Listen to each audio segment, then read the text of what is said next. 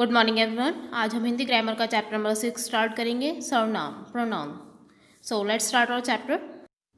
जो पद संज्ञा पदों के स्थान पर उनकी पुनरावृत्ति रोकने के लिए प्रयोग किए जाते हैं उन्हें सर्वनाम कहते हैं। मतलब जो शब्द संज्ञा के स्थान पर प्रयोग किए जाते हैं उन्हें सर्वनाम कहते हैं। मतलब कि जैसे कोई सेंटेंस है, हम किसी का नेम ले रहे हैं तो हम बार बार उसका नेम न लेकर उसकी जगह पर दूसरे वह, तुम, ये, वह शब्द, ऐसे शब्द यूज़ करते हैं। तो ये शब्द संज्ञा शब्दों के बार बार आने को रोकने के लिए प्रयोग किए जाते हैं, तो ऐसे शब्दों को हम सर्वनाम बोलते हैं। अतः मैं, हम, तू, तुम, वह इत्यादि सर्वनाम शब्द हैं। सर्वनाम के प्रयोग को स्पष्ट रूप से समझने के लिए निम्नलिखित तालिका को ध्यानपूर्वक पढ़िए। अब ये एक टेबल दे रखी है, इसको ध्यान से समझिए। महिमा ने कहा महिमा अपनी घड़ी नहीं देगी। अब कॉलम बी देखिए, महिमा ने कहा मैं अपनी घड़ी नहीं दूंगी। सेकंड सेंटेंस, महिमा ने ईशान से पूछा ईशान कहाँ गए थे। कॉलम बी, महिमा ने ईशान से पूछा तुम कहाँ गए थे। Column A. Third sentence, Sudama गरीब है तो क्या हुआ, सुदामा मेरा मित्र तो है। कॉलम बा, सुदामा गरीब है तो क्या हुआ, वह मेरा मित्र तो है।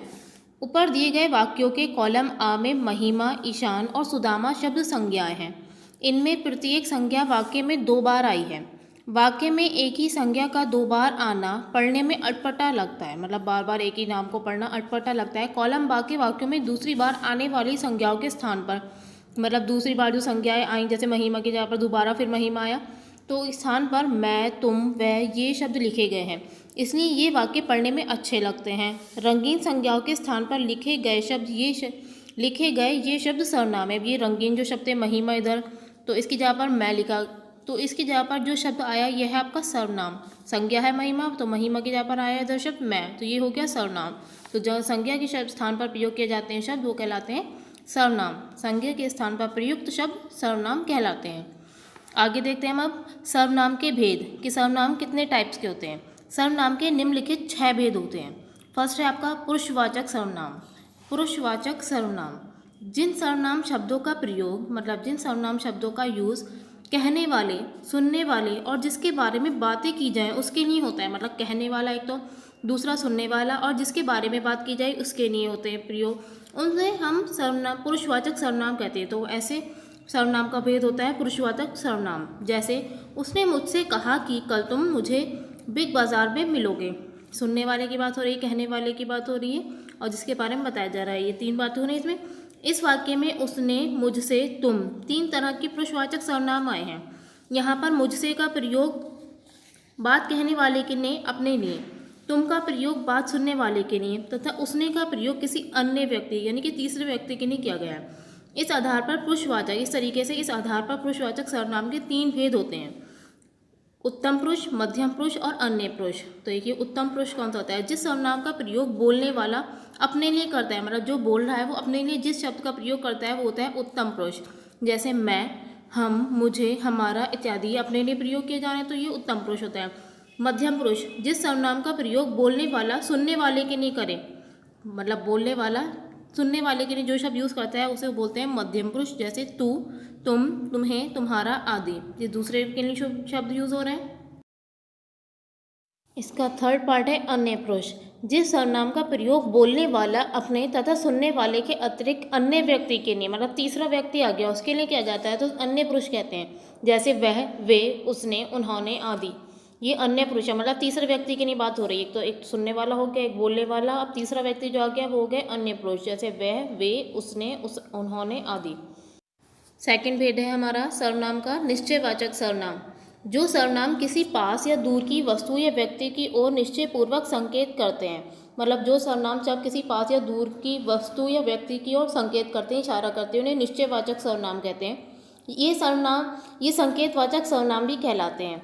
उदाहरणार्थ, यह मेरा भाई है, ये क्या कर रहे हैं, वह कौआ है, वे हमारे साथी हैं।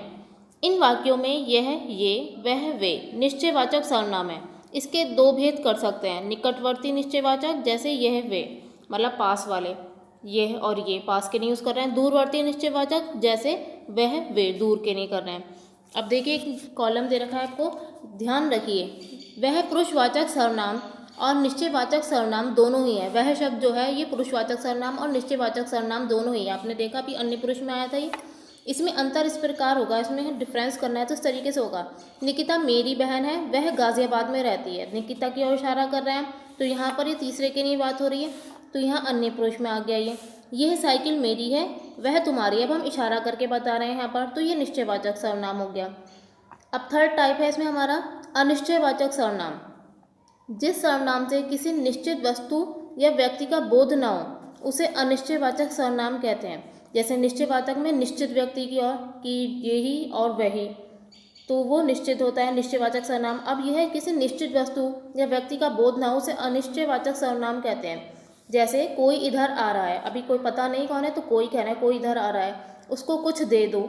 इन वाक्यों में कोई और कुछ शब्दों से किसी विशेष व्यक्ति या वस्तु का बोध नहीं हो रहा है कि वही इंसान या वही वस्तु, अतः ये अनिश्चयवाचक सर्वनाम है, हमें पता नहीं, तो ऐसे हो गया अनिश्चयवाचक सर्वनाम। फोर्थ टाइप है हमारा प्रश्नवाचक सर्वनाम।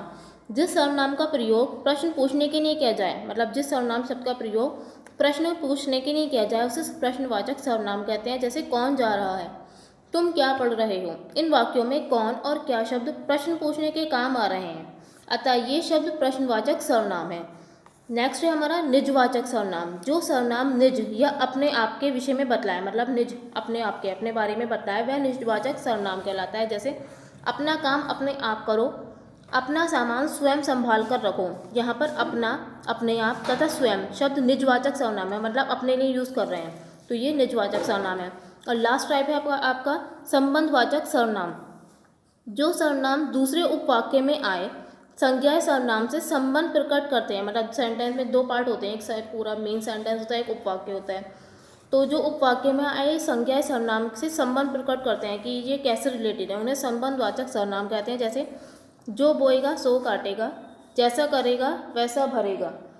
यहाँ जो सो जैसा वैसा आपस में संबंध सूचित करते हैं, मतलब दोनों जो और सो एक दूसरे से संबंध दर्शा रहे हैं। यहाँ पर जैसा वैसा है, तो ये संबंधवाचक सर्वनाम है।